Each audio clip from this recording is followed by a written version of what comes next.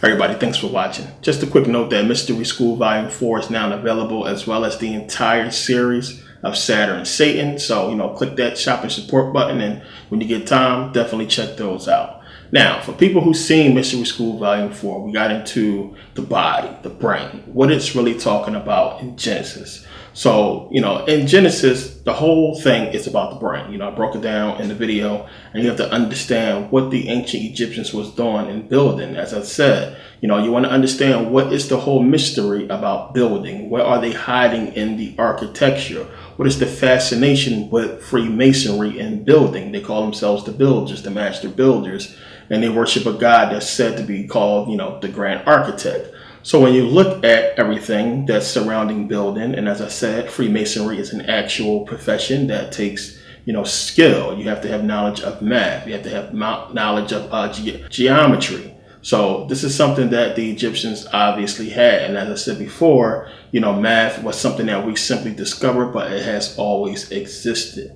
Now, I talked about how, the brain is mapped out. How we have things in our brain that we can see described in the Garden of Eden story, about the temple in man, about, R.A. Swallow Delubix. He put out a book called The Temple in Man, where he basically broke down the, hidden esoteric studies of the Egyptian temples and how they mapped it out to be the human body, and, the temple at Karnak and Luxor.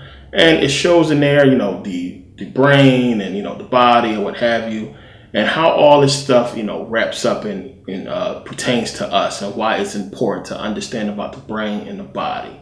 So, we talked about the flax cerebri and the tentorium cerebelli, which basically separates the brain, the upper hemisphere from the lower hemisphere. It separates the reptilian brain from the upper brain. And this is what it's telling us symbolically in the Garden of Eden story, how, the serpent came representing the reptilian brain and separated us from the higher brain and gave us, choice. And it's basically choice is what, determines this reality. The choices you make determine what's going to happen in your future. So we went from, basically, a straight and narrow path to a dualistic reality based on choice. And the problem we are facing in this reality is everything that we do is based off choice, but there are choices that are put to us, not choices that we make ourselves. So as I said, you got to decide what school to go to, where to work, what to eat, what to wear, and all these things is predicated upon a system that was designed for us, to make these choices. And none of these choices is really going to help us obtain, our goal in life, our path in life. So we need to understand about this and understand about the brain and the body, and why the ancient Egyptians thought it was so important to really map this out and to understand how it's going to be the body that's going to allow you to activate your chakras and to activate the third eye and to really be spiritual. So the ancients actually, understood the body really well, especially the brain, which is like the most complex, organism or complex thing in the universe, which has been said plenty of times. So they wanted us to really understand how important it is to really develop the body and to really have the body working, because getting the body working first is really going to result in the mind following. So when we talk about Kundalini energy and everything like that, it's not going to happen if the body is not right. So we have so many things that are put in our way to hinder us from having a right body and having, the right kind of diet and having the right kind of lifestyle that's going to allow us to, meditate correctly and to grow, spiritually. But, it begins with the body. And I recently returned back from Egypt, and, I've been in Egypt before, but one of the things in going through Egypt and looking at all the hieroglyphics and, looking at all of the depictions and going to the Cairo Museum or what have you, is one thing you will not see. And I'm not trying to be funny, but I haven't seen one hieroglyphic of a fat person. I haven't seen one overweight person in ancient Egypt, because they had a different mindset there. It's a different system that was in place. And it's getting you to understand that being so heavy is definitely not healthy. And that's something that we all understand, not trying to be funny. But they really was big on nutrition. And it's one of the things that is not shown a lot when we look at things from ancient Kemet. It's one of the reasons why I wanted to really go there and point out a couple of things. As I put out on Instagram, for those who follow, put up the picture of me next to where the Egyptians are preparing meat. one of the biggest things that's going on right now is a lot of people are falling into the trend of, vegan or vegetarian. There's a lot of arguments and debates going there, a lot of stuff people read online, but it's just common sense. One of the things I want you to understand, if you knew what this world would be like with animals not being, hunted and killed, we will be actually overran by insects and, animals. There's a cycle. This cycle is real. Anybody who lives in an area that's infested with deer, and you have bear problems, you have constant issues with animals coming into areas where people live at. And a lot of people are going to say, well, they should have never built homes there. It was their area first, which is true. But it just goes to my point that, even it doesn't matter where you live at, no matter where you are, they would come into, that area, and they will overpopulate it, and they would take over eventually if left unchecked. So we were put on this planet for a reason, and you have to understand that these things are here for a reason for us, to have. And, you don't see lions becoming vegans or vegetarians. In fact, there has never been a civilization in the history of the world that was vegan or vegetarian.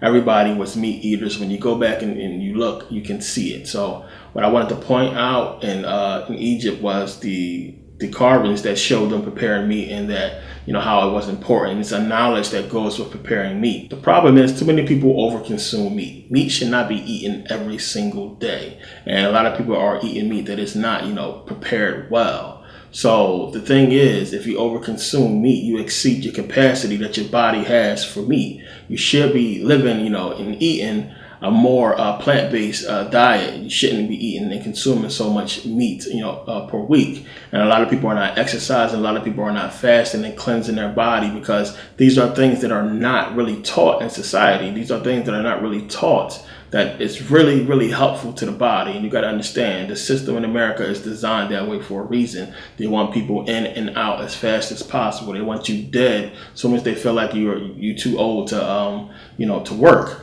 And if you're not really taking care of your body and taking care of yourself, this is what's going to happen. So you got to really pay attention to what you put in your body. But you have to understand as well that meat is definitely a brain food, and it has nutrients that can only be found within it. Important nutrients, as I said. So, you definitely have to understand that there's a balance. But you should have a diet that's more plant-based. As soon as you leave America, when you travel a lot, you notice two things. One, the condiments taste completely different, like totally different. Ketchup tastes completely different, relish different. Meat as well, and that's the biggest thing you notice, because over here, they don't play with GMOs and chemicals and stuff like that. You eat clean meat, and the people will go crazy here if they find out that it's GMOs or what have you in their meat. One of the things I go through and traveling back and forth and, staying in America for about 3 months, then coming back here and, staying for a while and, going to another country and staying or what have you, is the difference, and it's tough when you on the go. And we all go through this. When you're on the go, when you're moving and you're doing so much and you get hungry, it's tough for you to turn around and say, I want to eat here at this healthy place, because they're just not everywhere. So sometimes you are forced to consume foods that is not really good for you in order to, to feed that hunger. And this is something that we all go through. So, my weight, fluctuates like crazy. And then sometimes I completely just go off meat, and I just completely stay away from certain foods, for a while. But I always fast and I exercise and everything like that. So, I stay as healthy as possible. And, it doesn't really affect my meditation. It doesn't affect my dream state, which, is apparent, when you dream or when I meditate. But when it starts doing that, then I know, it's the issue. But, this is me, in Sweden, for 3 months. You see, the weight is just off. It doesn't happen. But come to America for 3 months, gain a little bit of weight. And it's something that I noticed. So, it's just something we got to be vigilant of in our diet, and understanding that these people in America are sick. People around the world are sick. These people put stuff in food, and we all know this. We've seen the videos. We see the stuff, what goes on. And again, a lot of people just are in positions where they can't afford to eat healthy and can't afford to take care of themselves properly, and that's by design. These people are trying to get you checked out of here as fast as possible and keep that cycle going, and it's something that you have to break.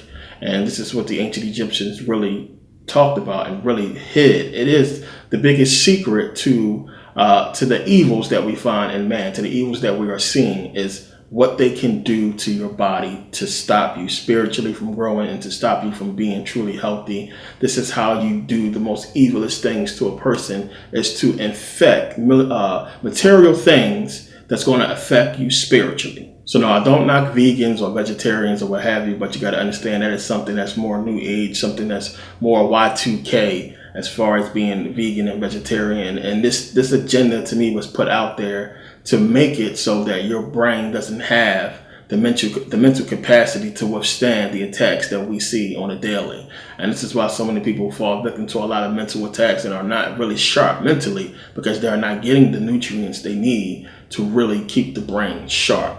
And that's not a personal attack. I know people are going to say, well, I'm smart, I'm this and that. I'm talking about spiritually. I'm talking about when you really need your brain to function the way it's supposed to function, you are not getting those nutrients because they can only be found within meat. And it's not a supplement that you can take to supplement these nutrients for the brain. And this is a fact. So yeah, it's a balance. It's a balance. And everybody has to find that balance. And that balance is really based upon lifestyle. And there are ways of making this stuff work, but you have to understand that you have to be willing to do them. And not just that, you have to be able to do them. And the system that most people live in is not designed for them to do these things. And one of the problems is education. A lot of people are just not educated on what it's going to take to get this perfect balance, because it goes against industry. It goes against these businesses. And there's a lot of meat producing businesses that shouldn't be out here. I mean, anybody producing this, GMO and it's genetically modified meats and foods and what have you, pumping all kinds of shit into chickens. I mean, it's crazy. It's crazy. Now, I talked about bovine growth hormone and everything. I don't even drink milk. I stopped drinking milk years ago. Don't touch the stuff. We're not supposed to drink milk. Milk is from a cow. You're not a cow. You're not a baby cow. It just makes sense when you think about it. It just makes sense. You're not a cow. You shouldn't be drinking cow's milk. And the things that they do to the cows to get them to produce this milk is just sick. A lot of people understand, you're just not, in order to get milk from your mother, she has to be pregnant or had been pregnant. Every single cow that you get milk from or that you see is not pregnant. So how do you get milk from it? They force it. They force pregnation on these cows and force them to produce this milk. And they basically, kick away the baby cows that they had babies after they insert this bull semen within them. And they do that by hand, by the way. You've probably seen the videos when they stick their hand in there and put this bull semen within them to impregnate them, and then they take the babies away. And it's actually, they suffer mentally, emotionally, these cows, believe it or not, from having their young taken away.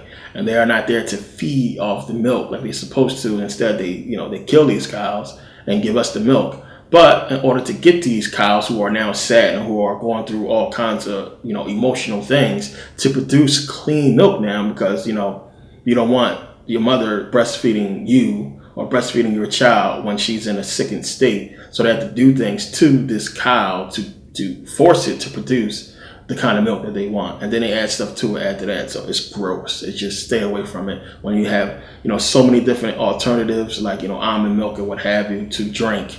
And in some cases, almond milk, they mess up with that. So it's tough to find the milk to really drink, because everything, like I said, these people are sick.